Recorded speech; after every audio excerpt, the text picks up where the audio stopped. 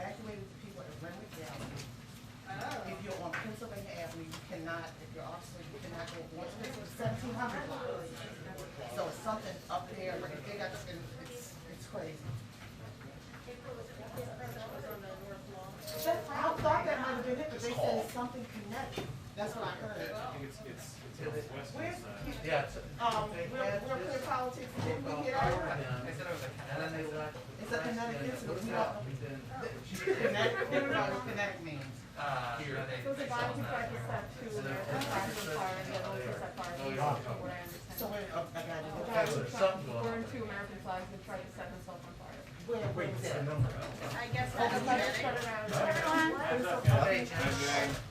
Happy Friday. Happy Friday. What's going on outside? I don't have any additional information. As soon as I do, we'll let you know. Thank you. Okay. So one item for all of you at the top.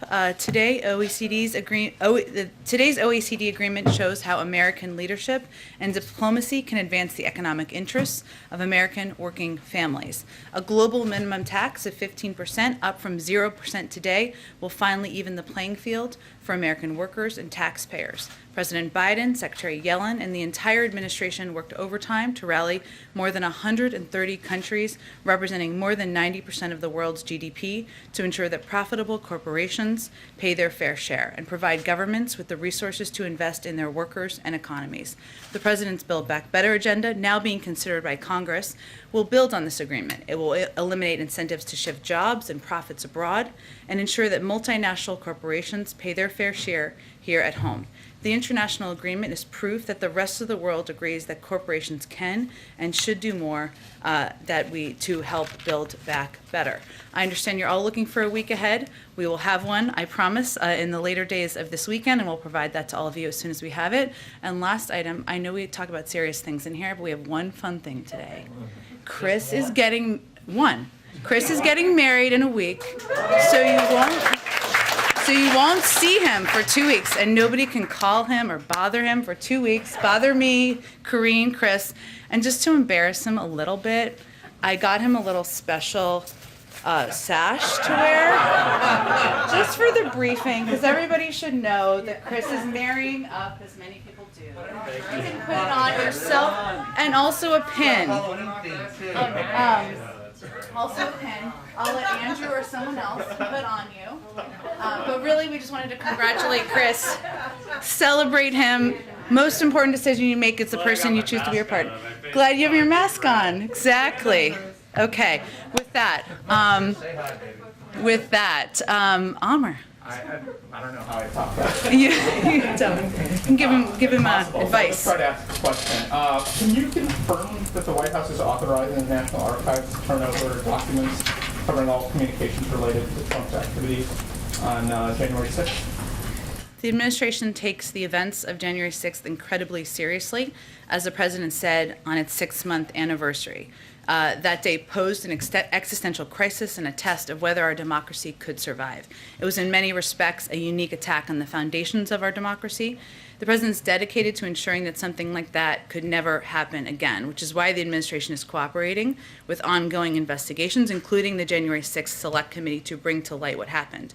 As a part of this process, the president has determined that an assertion of executive privilege is not warranted for the first set of documents from the Trump White House that have been provided to us by the National Archives.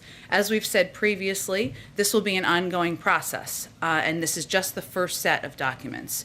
And we will evaluate questions of privilege on a case-by-case basis, but the president has also been clear that he believes it to be of the utmost importance for both Congress and the American people to have a complete understanding of the events of that day to prevent them from happening again. The president had previously said that the American Rescue Plan would add 7 million jobs to the economy. At this point, is the White House still confident in that reaching that 7 million number? Well, that was, of course, based on outside economists providing their analysis. And you're talking about the Build Back Better agenda, not the American Rescue Plan, right? I believe it's the ARC was the 7 million. Oh, sorry. I didn't know if you were asking about the bill that's moving its way through or the bill that has been passed. The bill that has been. I thought 7 million, and I apologize. No. I was just trying to understand which part of his agenda you were asking about. Nothing has changed on the projections of economists in terms of the American Rescue Plan that we're currently implementing. Yes. Okay. And finally, today the president became the first U.S. president to recognize Indigenous Peoples Day. Why should the U.S. Continue to celebrate Columbus Day? And has there been any talk or discussion of, as many cities and I think a few states have shifted from Columbus Day to an Indigenous Peoples Day? Well, today is both Columbus Day, as of now, and this is why you're asking the question, as well as Indigenous Peoples Day. I'm not aware of any discussion of ending that, ending the prior federal holiday at this point, but I know that recognizing today as Indigenous Peoples Day is something that the president felt strongly about personally. He's happy to be the first president to celebrate and to make it the history moving forward. Go ahead. Thanks, Jen. I want to ask you about the jobs numbers. One of the things that the jobs numbers showed is that there are more jobs available, a historic number of jobs available compared to how many people are actually seeking jobs. Yeah. Why do you think there are so many people who are still reluctant to re-enter the workforce? There's a range of factors in our assessment. One is people are still fearful of COVID. And what it will be like in workplaces and ensuring their own safety. There are still challenges as it relates to child care, elder care, the costs of those, and being able to afford it, and also the availability, which is something we've seen a shortage of in many communities. And we'd also have seen that the pandemic, while it's been incredibly challenging on many, many levels, it's also prompted many people to rethink what their careers might look like and what careers they may pursue. So you're right, there are an enormous number of jobs that are still available out there in the workforce, and we believe those are the range of factors that are attributed to that. And then I was wondering if you could give us an update on the negotiations with Senators Manchin and Sinema. Democrats are expressing more and more public frustration with the two of them, arguing that they're not moving off of their positions. Are the two of them providing more concessions in private than they appear to be in public? And is the president getting frustrated? Well, we don't have the luxury of being frustrated. This is a process. The president of all people recognizes that the process can take some time. There can be ups and downs in the process, and he feels that we're continuing to make progress, that both Senator Manchin and Senator Sinema are negotiating in good faith, that there is a recognition that not only do some people have to come down from their expectations of what might be in a package, but some others have to come up. That's what compromise is all about. So we're going to continue to pursue these discussions and negotiations. The president is confident we're going to get this done. Go ahead. Thank you. First, on the economy, there are 500,000 containers floating off the California coast with nowhere to go. Major issues in the global supply chain right now. The vice president warned that this could happen in August. So why wasn't more done to prepare? For the global supply chain issues? Yeah, she was talking in August about if you want to have your Christmas toys for your children, now might be the time to start buying them because the delays could be many, many months. I asked that because we've been talking about the issues in the global supply chain since January. And the president has not only put in place a task force, but we have taken a range of steps to work to address. Now, it's not just about ensuring that we are having different companies speak to each other. We've certainly done that. We've been a forum for hosting different industry leaders to see what we can reduce in terms of red tape in the process. One of the biggest issues in the global supply chain is also COVID, and the fact that COVID continues to be a threat to supply chains that are happening globally. So we've also worked to be by far and away the largest provider of vaccines, know-how, manufacturing capacity to the world. So we've not only been talking about this since January, we've been working to put in place a range of steps to help address the challenges in the supply chain. And as we understand it, it's not just COVID, there are also labor shortages and issues with shipping lines here, overground shipping lines in the U.S. Is the president satisfied that his task force is doing a good job? The president recognizes that there are several several layers of the challenge here that contribute to the bottleneck. And on ports and transportation bottlenecks specifically, the president appointed a White House ports envoy this summer, John Percari, to work with Secretary Buttigieg and bring stakeholders, labor, private industry together to help solve the global transportation supply problems. The fact that he designated and appointed someone at that level with a range of vast experience shows that this is a part of the issue we're absolutely focused on. We're also focused, as I noted, on the work of the supply chain task force, also the semiconductor shortage, which has been an issue that has impacted a range of industries, and we're working to attack the challenges in the global supply chain at every point they are in the bottleneck. Thank you. The Democratic candidate for governor in Virginia, Terry McAuliffe, who President Biden stumped for over the summer, now says the president is unpopular today, unfortunately, here in Virginia, so we've got to plow through. Why do you think the president is unpopular in Virginia? Well, just if you look at facts and the polling, the president is the most popular figure in Virginia of anyone currently running for president or any former recent president. So I just note that in terms of the data. But I would say that the president's agenda is incredibly popular. That's probably the reason why former Governor McAuliffe is also running on that agenda, whether it is reducing costs for the American people on child care, on elder care, making sure the tax system is more fair, rebuilding our roads, rails, and bridges. Those are all components of the president's agenda that he has a huge agreement with former Governor McAuliffe on. And then just one more topic following up on his remarks yesterday. President Biden claims that he cold called a Pennsylvania hospital to ask the desk receiving nurse why it was taking so long for a good friend's wife to be seen. What happened next? Well, the context of why the president told this story, which I think is important, and I promise I'll answer your question, is that he was expressing that hospitals, frontline workers, nurses, doctors in emergency rooms are still seeing and feeling the impact of the number of people who are unvaccinated, who are filling beds and in emergency rooms, ICUs, and it is preventing, in some cases, people who have other illnesses, who may be seeking treatment, who may be fearful of a heart attack, other people who might be going to the emergency room from getting the care that they need. I don't have any other update for the privacy of this individual. But setting aside the privacy of the individual, how often does President Biden call around trying to help his friends cut the line? That certainly was not his intention. He was not trying to do that. He was checking in on a friend. And do you know if this particular hospital might have been having staffing shortages because they have a vaccine mandate and maybe some folks have had to leave because they didn't want to get vaccinated? I would love for you to account for me where that is the issue over more so than the number of unvaccinated who are filling emergency rooms, filling ICU beds. That is the problem in hospitals across the country. Go ahead. Jen, what does the president say to inflation is a big issue right now for Americans from coast to coast as we head into the holidays. What does the president say to Americans right now who are worried about those rising costs? The president would say we take the commitment. He takes the commitment of lowering costs for the American people very seriously.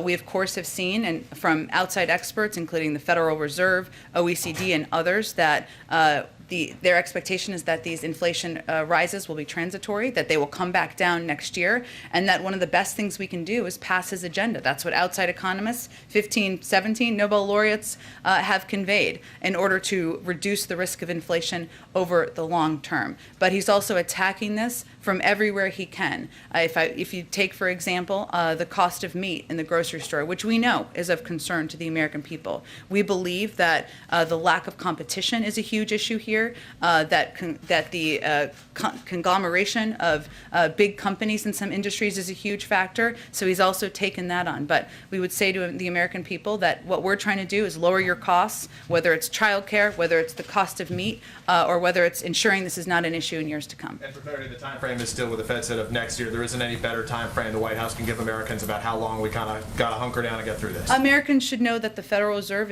makes independent assessments. That's an important thing for history, and that continues to be their assessment. Can I ask you then about the reporting earlier today as it relates to the former president's documents as they associate with the January 6th attack on the Capitol right now? Can you help detail for us or characterize what types of documents these are that would be provided? Well, the documents are Trump-era White House records responsive to the Select Committee's request to the archivist. And so there is a process where the former president would have a period of time to assert executive privilege, and then the current president and team would have a period of time to review that request. But in terms of the details of them, I point to the Select Committee for more More specifics. specifically, in terms of what the White House is saying, you can't exert executive privilege over. Is it phone records, visitor logs? Is there any way, can you run us through that list? That is something I would point you to the committee on. Go ahead. Jen, can you explain the standard of review then that the White House is undertaking? What would be something that this White House might consider privileged or should remain secret, that this former president or any other former president should have the privilege applied, to which the privilege should apply? Are you talking about as it relates to January 6th or just in general? Just, well, specifically in this review, if there's any information you could share about the process that has been undertaken and more broadly. Well, the process that is one that has been outlined through history and law, is that the former president has the ability, not that there's a lot of past precedent here, I will acknowledge, has the opportunity to exert executive privilege to documents that are in the National Archives. And then this president and this White House has the opportunity to review that. Now, I think it's important to note, and I know I said this, but I will just reiterate, this is the first set of documents. So these will be reviewed on a case-by-case basis. And obviously, we will be responsive to the requests of the committee. I would like to note, just broadly speaking, that, what this committee is investigating is not the normal course of government business, right? There is, as you know, and as all of you know, there are normal requests for documents, for information. There are moments throughout history where presidents and White Houses have asserted executive privilege. We will continue to evaluate those on a case-by-case basis, but this committee is investigating a dark day in our democracy, an attempt to undermine our Constitution and democratic processes by the former president. And that context, I think, is important here, too. I'd like to ask put a finer point on a question Amr asked you about Sure. Indigenous Peoples Day. The president today issued 2 proclamations. Yes. One for Indigenous Peoples Day, the Yep. other for Columbus Day. In the Indigenous Peoples Day proclamation, the president spoke of it as a day to be celebrated. Mm-hmm. And in the Columbus Day proclamation, the president spoke of the need for reflection on that day. And he also seemed to indicate that Congress has requested that the president proclaim Columbus Day. So my question is President Biden begrudgingly proclaiming Columbus Day this year? He's declaring both a holiday. Obviously, Indigenous Peoples Day is something that he's honored to be the first president to be issuing a proclamation on and celebrating. Is it his wish that the federal law be changed, that Columbus Day no longer be the designation of the second Monday in October? I don't have any prediction of that at this point in time. Go ahead. Going back to the documents that the January 6th committee requested, can you clarify, we've seen public statements from former President Trump and his lawyers about an intention to invoke executive privilege, but did they specifically reach out and ask that certain documents not be shared? There's an entire process that transpires. I would point you to them and to the National Archives. Go ahead. Can I ask a follow-up on the economy really fast? You talked about labor shortages, you talked about supply chain issues. How long does the White House expect those issues to go on? Global supply chain issues? What's your best guess for how long we'll have to be dealing with that? Well, look, I think as I noted earlier in response to Peter's question, there are a couple of issues at play here. I thought his question was about the length of inflation. He also asked me about the global supply chain. Peters. Oh, yeah. Oh, sorry. Yes. Oh, also about he asked me about the global supply chain issues. Okay. Sorry. So that is true. 2 Peters over here. So one of the issues is, of course, how quickly we can work as a global community to address COVID and get it under control around the world. The United States is far and away the largest provider of vaccines, donating millions to billions to the global community to get the pandemic under control. We have also taken significant steps far and away, more than any other country, on manufacturing know-how, on ensuring that we are providing the supplies that are needed to countries. We continue to need other countries around the world to step up to help address, because the global supply chain issues are in some part related to manufacturing in other countries. There are some issues we've seen some progress on addressing, but we also need to get the CHIPS funding passed and through Congress. That's something the president strongly supports. A semiconductor chip shortage is a huge issue, as you all know, in the auto industry and manufacturing here in the United States and around the world. So I would say there's not a one-sentence answer on this, because I know you weren't asking for one, but because there are a range of issues, the point is, we're working to address them on several paths and on several fronts, and I can't make a prediction of when it will be concluded. It is just a top priority of the president. Go ahead. Thank you, Jan. Just a quick follow-up on inflation. So we're looking at Labor Department data. It shows that there is like a 0.9% decline in how much Americans have earned per hour on average this August versus last year. So year-over-year data when you adjust it for inflation. And so inflation is clearly eating into people's paychecks. And, I understand that you're saying that, and you have said this in the past, that impact from inflation is transitory, that the president will, when asked how he plans to address this, we'll talk about competition issues, we'll talk about meat prices. But are there any sort of near-term steps that, the White House is now thinking of taking as you look at this data that is starting to flow in? And is the president starting to get increasingly concerned, perhaps, that this is now starting to actually eat into people's paychecks? Well, as you picked that wages piece of data, though, I think what's important to note is that the progress that the president talked about this morning is on a range of fronts, which is also important. We're at a faster projection of economic growth than we were at a year ago, far and away. The 4.8% unemployment rate is down from 6.3% in January. Unemployment claims are down 60% since the president took office. We have seen close to 5 million jobs created since President Biden took office, and wages actually went up month to month from last month to the prior month. So that's all important data. I understand we can cherry pick different data pieces from a year ago or 2 years ago, but what we're seeing in the trend is encouraging and is progress being made. As you well know, inflation is the purview of the Federal Reserve. They make projections. We rely on those projections. Those continue to say that it's transitory and will come down next year. It is also important that we address this over the long term and we address the costs. That is really what we're talking about in terms of the impact on the American people. People may not know. You hear inflation, it's like, what does that mean? That means rising costs, right? And how do you address those costs? And what the president's trying to do with his economic agenda is do exactly that. Cut the costs for the American people, child care, elder care, cut in half the child poverty, make sure that people have some breathing room. That's really what he's focused on doing in terms of how it's impacting people who are sitting at home worried about their economic future. Are there specific, perhaps, commodities? You spoke about chips. We've been talking about chips for a long time. Are there specific commodities or specific bottlenecks in the global supply chain that are perhaps emerging more than ever now, in the run-up to the holidays that the White House is particularly focused on?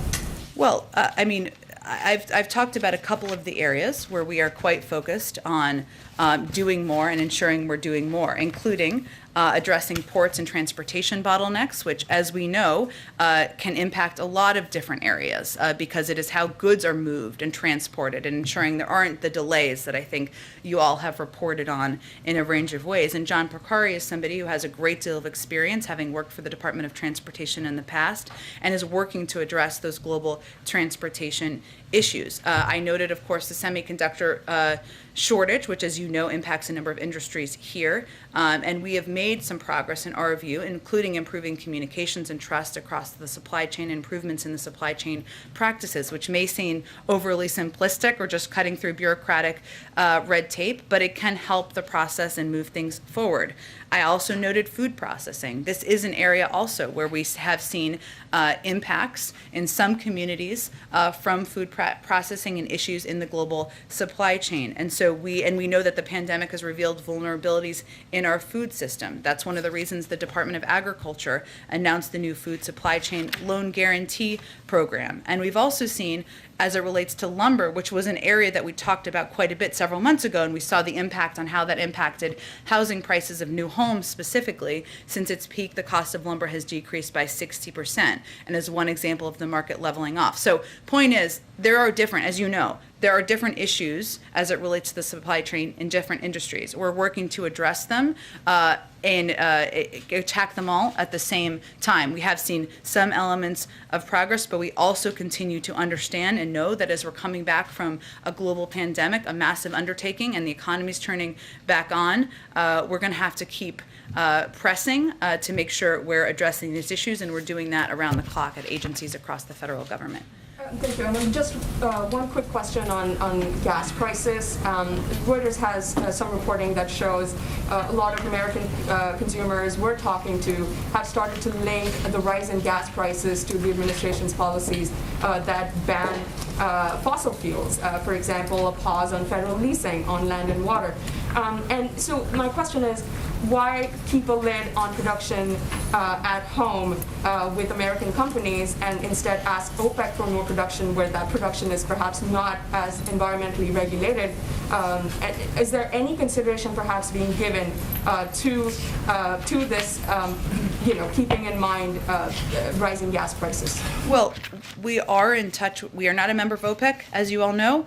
We are in regular touch with OPEC, and we have also raised issues of supply in meetings that members of our national security team and others have had in recent weeks, as I have confirmed from here. We, of course, want to address the short-term supply issues. One of those issues, as we know, was related to Hurricane Ida and the impacts in the region, which we took steps to address certainly at the time. But our view, to go back to your original question, is also that, while we need to take steps to address short-term supply issues, we need to also keep our eye on the long term and the impact of the climate, the crisis that we are in the middle of, and ensure that we are continuing to encourage the production and rise of renewables and the clean energy industry, which is exactly what the President's proposals would do. Go ahead. Thanks, Jen. As the January 6th committee looks to enforce some of the subpoenas that it has been issuing for witnesses, will the President direct the Justice Department to prosecute criminal referrals from the Select Committee? That would be up to the Department of Justice, and it would be their purview to determine. They're an independent agency. Has the President discussed that at all with the Attorney General or They're independent. They would determine any decision on criminal prosecutions. I'd point you to them and, of course, the committee. And then just going kind of big picture here, today we saw another jobs report that fell well below expectations, the smallest jobs gains in nearly a year. Gas prices are at a 7-year high, inflation is up. The President is struggling to get the rest of his Build Back Better agenda passed through Congress.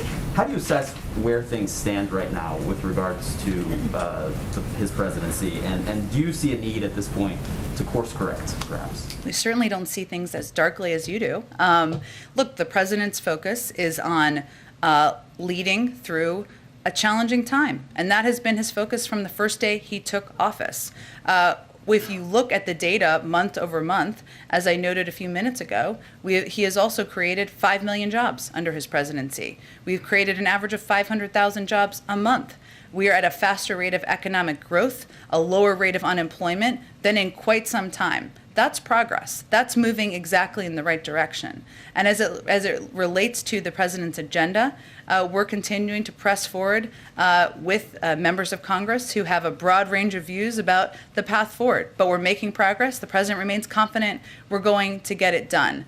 And this is what governing looks like. Do you not see today's jobs report as a warning sign in any way that perhaps the economy is not headed in the right direction, that perhaps the recovery is not going at the pace that it should be? I don't believe that's what economists are projecting at this point in time. And just a quick foreign policy question. It's been 3 weeks now since President Biden authorized the use of sanctions against the Ethiopian government.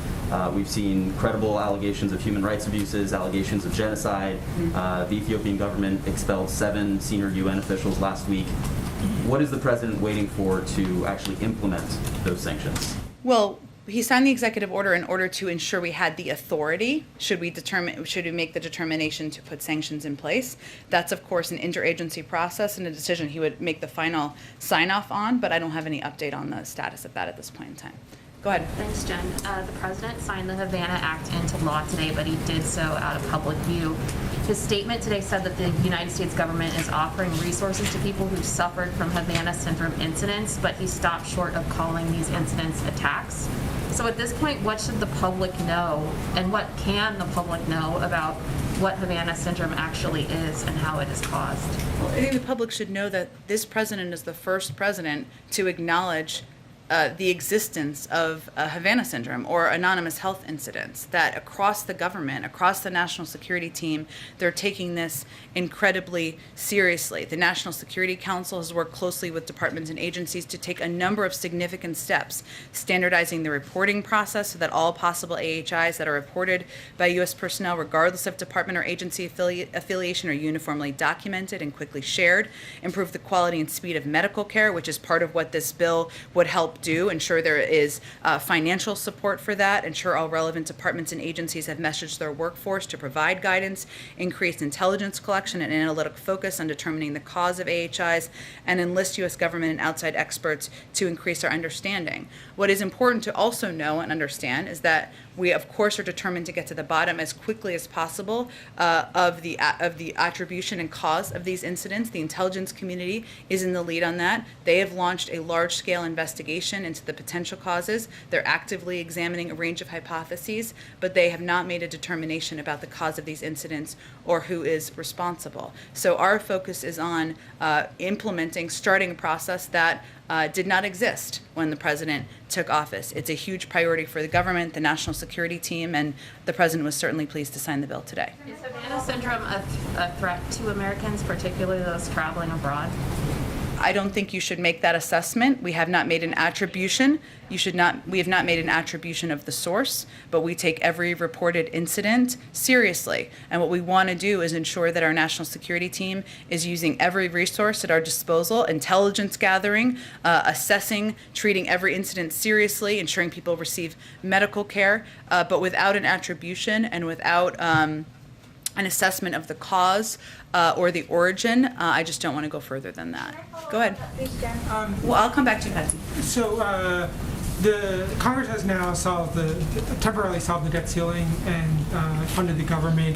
What is the president's expectation for a timeline of any sort to move forward on the infrastructure bill and the Build Back Better agenda?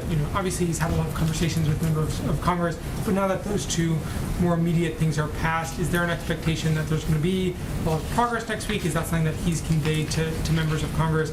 He wants to move forward on this, particularly before these issues come up again in December. The president wants to move forward as quickly as possible, but I'm not going to set new deadlines.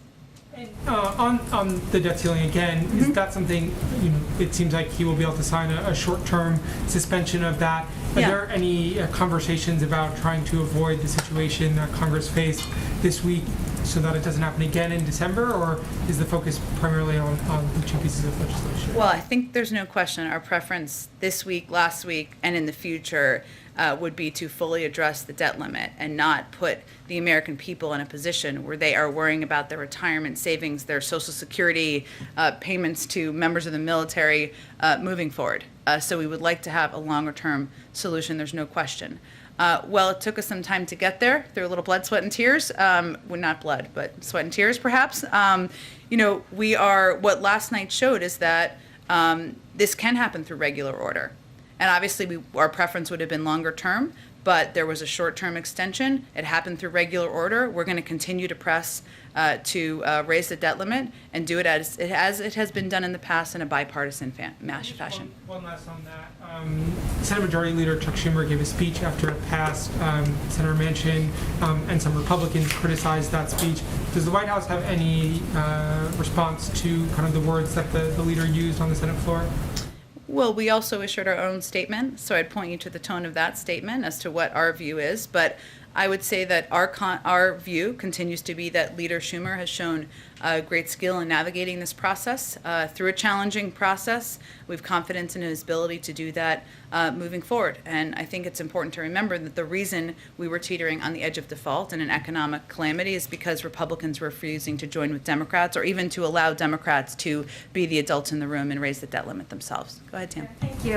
Does the president support eliminating the debt limit entirely through some sort of legislative process? There seems to be a growing chorus to just take away the cliffs. I've heard that, read that, seen that. I would say our focus right now is on, we're about 6 weeks away from another timeline and deadline. We want to do what has been done in the past, almost 81 times in the past, in raising the debt limit, doing it in a bipartisan way through regular order. There's plenty of time for discussion after that. Is there any possibility of putting the debt limit into the reconciliation Build Back Better plan? We'll leave the legislative strategy and approach to Leader Schumer. Obviously, we just got agreement on the short-term extension last night, and we'll work closely with him and his team over the course of the period ahead. And has the president spoken with Senator Sinema this week? And do you have a sense of what the areas of difference are?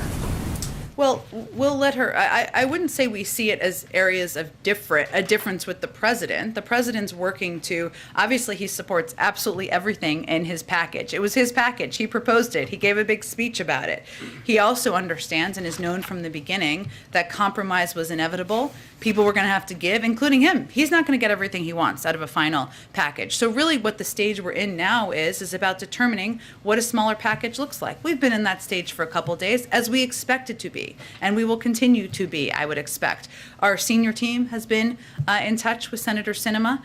We believe she continues to work with us, communicate, negotiate, discuss in good faith, and we'll work to continue to make progress. So maybe if I rephrase it as areas of requested compromise. Well, I'll let Senator. Compromise you could just. I will let Senator Sinema speak for herself on that and what her points of view are at this point in time. Go ahead. Or go ahead. Go ahead. Even as vaccination rates are going up and as the president said, COVID cases are starting to come down, one of the main reasons why people are avoiding the workforce according to recent data is fear of catching the coronavirus. So what more can the White House do here in order to fix the labor shortage? Because this seems to be the big issue. Is there more the White House can do? Well, one of the big steps we took is to announce a mandate for businesses with 100 or more employees, which obviously the next step would be OSHA regulations on how that would be implemented. A number of companies, as you know, have already put their own mandates or requirements in place, and we've seen a great deal of success across the board on this front, where companies have been able to, United Airlines, for example, ensure there was greater certainty. Employees knew they were working with people who were vaccinated. There are fewer people who are, of course, out sick with COVID, fewer people who have even worse impacts than that. So one of the big steps we've taken and announced is to put in place these requirements for businesses. Hopefully that will create more certainty. And there's no question, to your point, that fear of COVID, fear of work environments that people are not sure if they're safe or not, is a contributor as we look at the number of open jobs out there. Oh, good. One more on immigration. The courts said about 2 months ago that the administration would need to restart the Migrant Protection Protocol program. Is there an update on that? Is the administration going to restart that soon? We have been working to abide by what the requirements are under the ruling, while at the same time, the Department of Homeland Security, I believe, issued a new memorandum just a week or so ago. I'm happy to get you that after the briefing too on our path forward. Go ahead. Thank you. The president's very tough approval ratings these days. I know you probably don't like to talk about polls and you might say that they don't mean anything, but it's also fair to say the White House, when there are good polls, you publicize them. So what do you make of these really terrible polls? Are they that he's doing something wrong? Is it just the communication? Or is it he's doing unpopular things that have to be done? Or something else? Sure.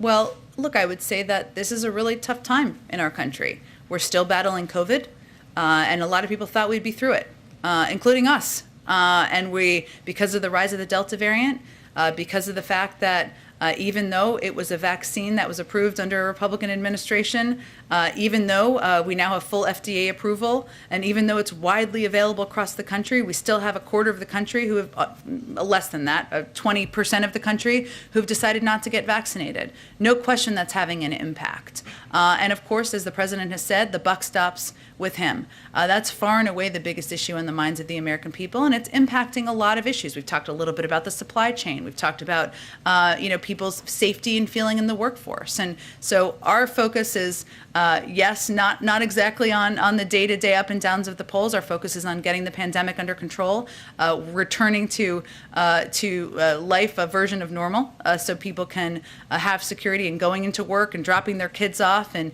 knowing people will be safe. And that's where we think we should spend our time and energy. Go ahead, Kelly. On the executive privilege issue, Donald Trump has certainly suggested he might again be a candidate for the nomination of his party and run for the presidency again. President Biden has said he intends to run. So for people who are not familiar with the rules of executive privilege and might look at this as through a political lens, what would your response to that be in terms of how the public should judge this action from this White House? Sure.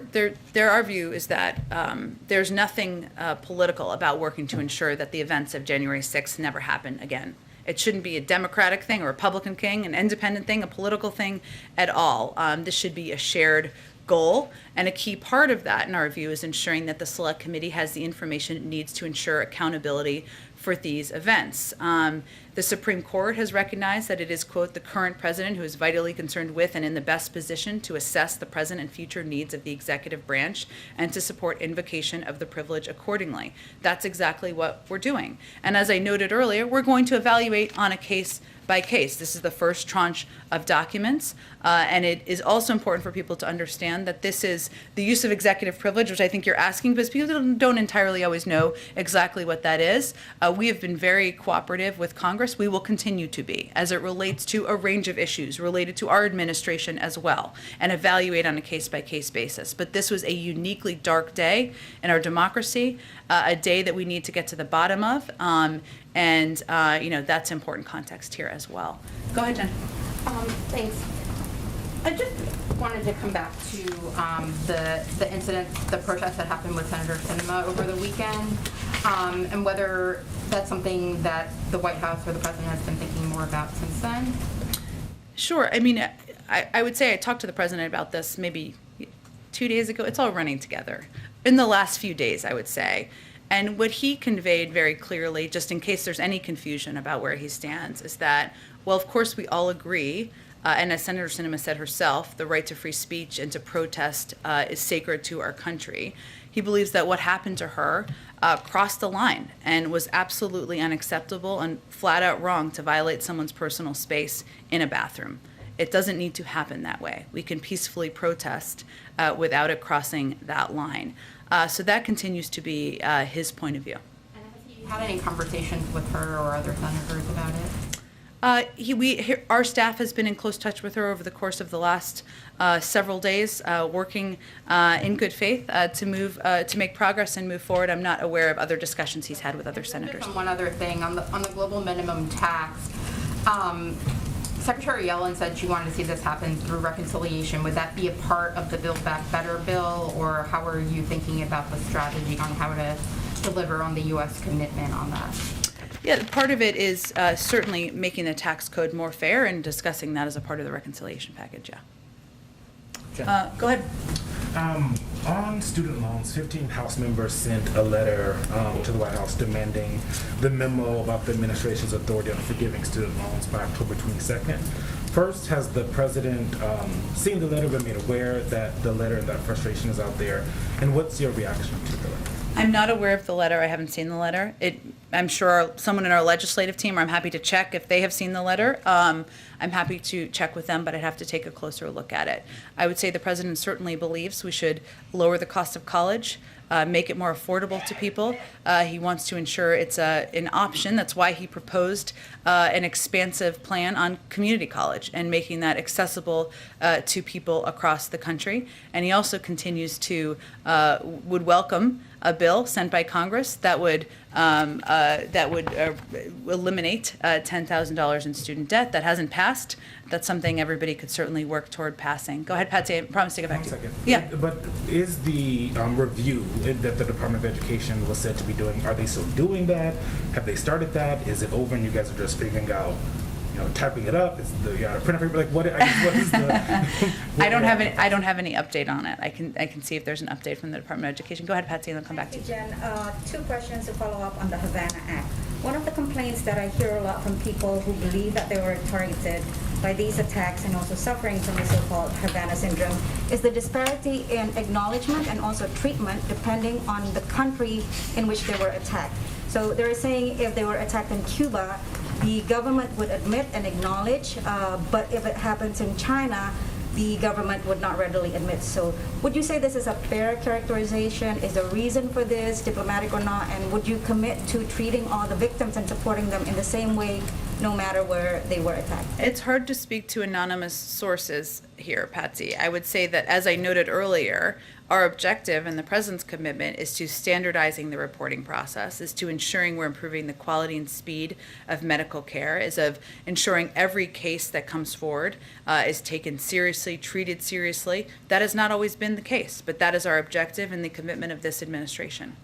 Follow up on that. I understand you've explained how you want to standardize a process of reporting, but will that include some sort of centralized support system, maybe a hotline or a task force where the victims can go and call? Because right now when I'm talking to the victims, they're saying they have to fight a skeptical bureaucracy. They don't know how to find care from doctors who understand the syndrome, for example, and they just don't know how to take care of themselves and their families having to fight all of this bureaucracy.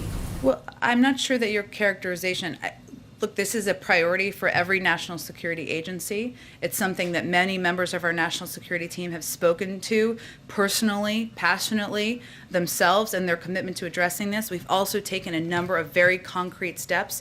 Each agency has their own process and system, but what we're working to do is coordinate it. So I think it's not really fair to speak to one or two anonymous cases when this is an across the government effort, commitment, priority. The President signed a bill into law today. We've put a number of steps into place that are incredibly concrete. The President has acknowledged this is a problem. We're using every resource in the government to address it, and I think that really speaks to the President's commitment. Go ahead. Yesterday, hundreds of immigrants and activists protested outside the White House, calling for Democrats to still include a pathway to citizenship in the reconciliation package. There's been about 90 legal experts who've also submitted a letter saying that the presiding officer of the Senate can issue a ruling contrary to the Senate parliamentarian. Has the White House discussed any of these options with lawmakers on Capitol Hill, and would the President support, kind of bypassing the Senate parliamentarians' ruling on including a pathway to citizenship? Well, just so everybody understands the process, and they they very well may, but just to give the additional context here, we of course wanted key components of immigration reform to be in the reconciliation package. The President supported that. He was vocal about that. The Senate Democrats went back twice and tried to get components into a reconciliation package, and the parliamentarian, as you noted, but just so everybody understands the process, twice ruled that they could not be included in the package. In order to overrule a parliamentarian, it is not just waving a magic wand. It requires a majority of votes in the Senate, and it requires the Vice President. So I would say that's a legislative process. I would point to Leader Schumer and others to ask the question of whether there is the opportunity or the appetite to do that. Activists see reconciliation as one of the last opportunities to get immigration reform passed. President Biden said that that's one of the part of his agenda. I don't know. Are there any concerns that this isn't going to happen at all?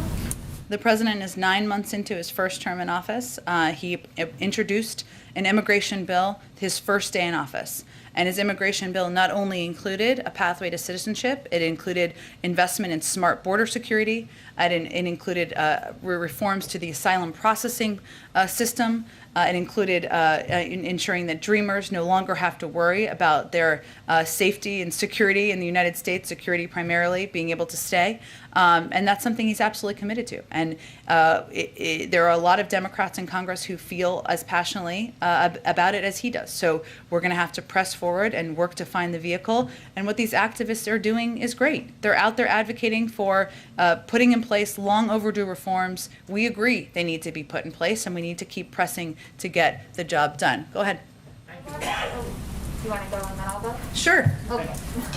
Thank you. A couple of questions. One on India. After last month's meeting between President Biden and Prime Minister Modi, there have been a series of visits with the two countries ongoing, and few are next several weeks. Where does the India-US relationship stands now after the visit? Well, I would say clearly the Quad meeting that happened just a week or two ago, it's all times running together for me at this point in time, but was just an opportunity to discuss the importance of the relationship and the partnership, the work that can be done moving forward, as well as, of course, the bilateral meetings. So those 2 meetings in one day. And now at this point, the focus is going to be on continuing to work through high-level interlocutors, whether it's the Secretary of State and leaders of the State Department or leaders from our national security team, about how we can continue to move forward on a range of issues, whether it's economic security, physical national security, addressing COVID and getting the pandemic under control. So that work will continue at lower than leader level, but still high levels in the weeks and months ahead. Immigration thing, President has spoken about giving pathway to citizenship for illegal, both the documented dreamers as well and the legal immigrants as well. This month, 80,000 green cards spots were lost, and they have millions waiting for green card. Does the president think that was a waste, could have been revived and given a faster pathway to citizenship to a lot of citizens? The president absolutely wants to address the delays in the green card processing system as well. More on the Afghanistan attack, 100 people died today. Do you have something on that? We obviously, any loss is an enormous tragedy, and our heart goes out to the families who lost loved ones. We of course will continue to work in partnership with leaders in the region to work to get partners who stood by our side out of Afghanistan who want to depart. That's something that there's ongoing work on as we speak. I think it's going to be the last one. I wanted to ask about the COVID-19 vaccine rule that OSHA is working on. Sure. It's supposed to be an emergency temporary standard. What does that mean in this context in terms of timeline? Is it going to go through the normal OMB process? Will it be expedited somehow? What does that mean? That's a really good question, Courtney. I mean, I think what the next step is here is, of course, they need to release the regulations publicly. As we said at the time, we expect it to be several weeks. That remains the case. I don't have an update on the exact timeline. In terms of the exact machinations of the process, let me see if we can get you something more technical to address that question. Thanks, everyone. We saw him call for the snitch. Is his health okay before there's wild speculation? Is he all right? He's doing great. Thank He's you. got some allergies. Allergies?